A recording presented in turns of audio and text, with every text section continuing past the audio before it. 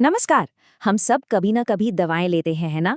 पर क्या कभी सोचा है कि पर्दे के पीछे एक ऐसा गुमनाम हीरो है जो चुपचाप हमारी सेहत का ख्याल रखता है? आज हम उसी की कहानी जानेंगे।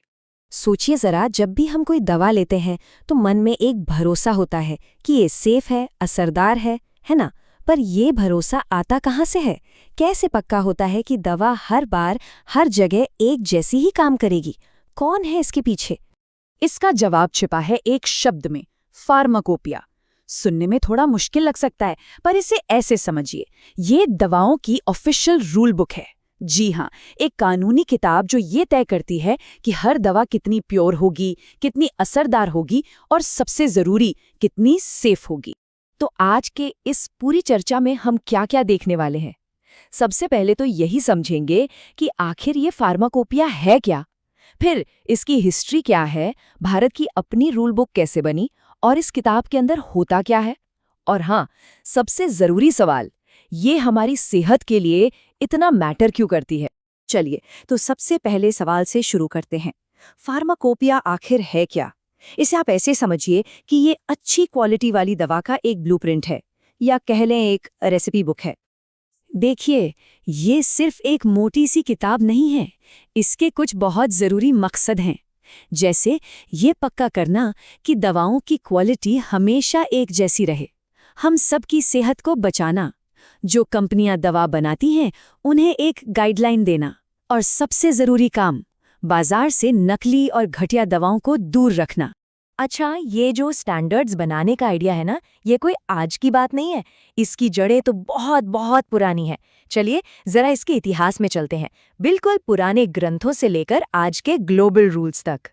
इसकी शुरुआत तो देखिए हमारे अपने देश में चरक संहिता जैसे आयुर्वेदिक ग्रंथों में ही मिल जाती है।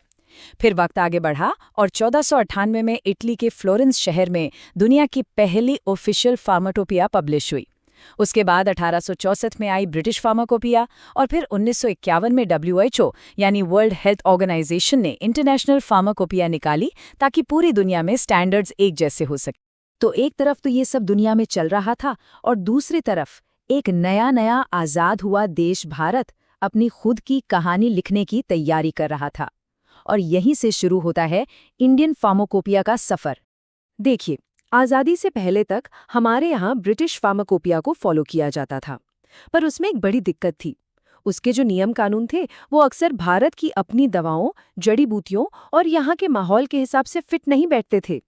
तो जाहिर है, आज़ादी के बाद भारत को अपनी खुद की रूल बुक की ज़रूरत महसूस हुई, और वो ऐतिहासिक साल आया 1955।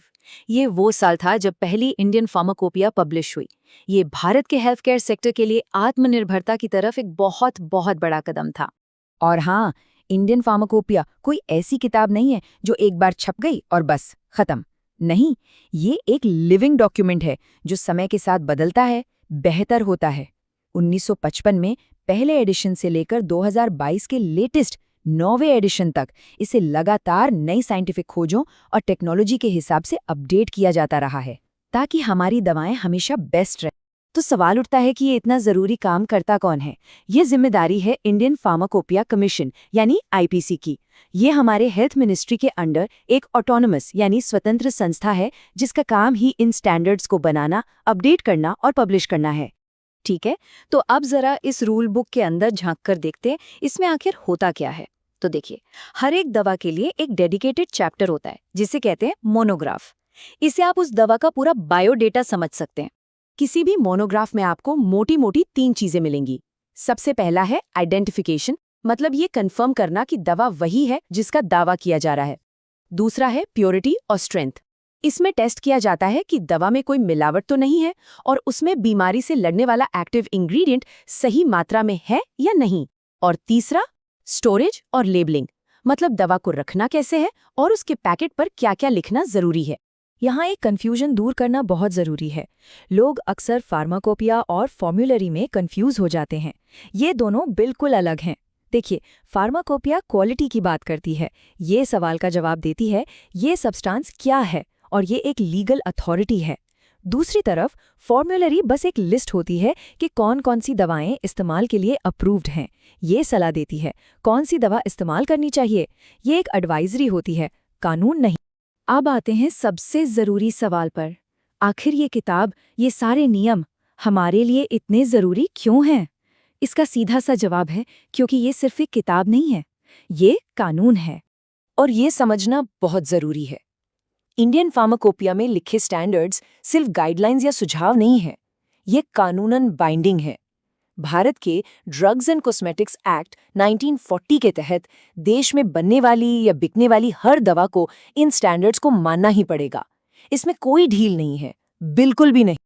और इसका असली दुनिया में असर क्या होता है? सबसे पहला तो यही कि हर मरीज तक सेफ और असरदार दवा पहुंचती है। ये रेगुलेटर्स को पावर देता है कि वो घटिया दवाओं पर एक्शन ले सकें। ये हमें नकली और मिलावटी प्रोडक्ट्स से बचाता है। और जानते हैं, यही क्वालिटी का बेंचमार्क है जिसकी वजह से आज भारत को गर्व से फार्मेसी ऑफ द वर्ल्ड कहा जाता है। तो आखिर में हम कह सकते हैं कि फार्माकोपिया एक साइलेंट गार्डियन है, एक ऐसा मूक रक्षक जो पर्दे के पीछे से ये पक्का करता है कि हम तक पहुंचने वाली दवा की हर डोज क्वालिटी के हर पैमाने पर खरी उतरे।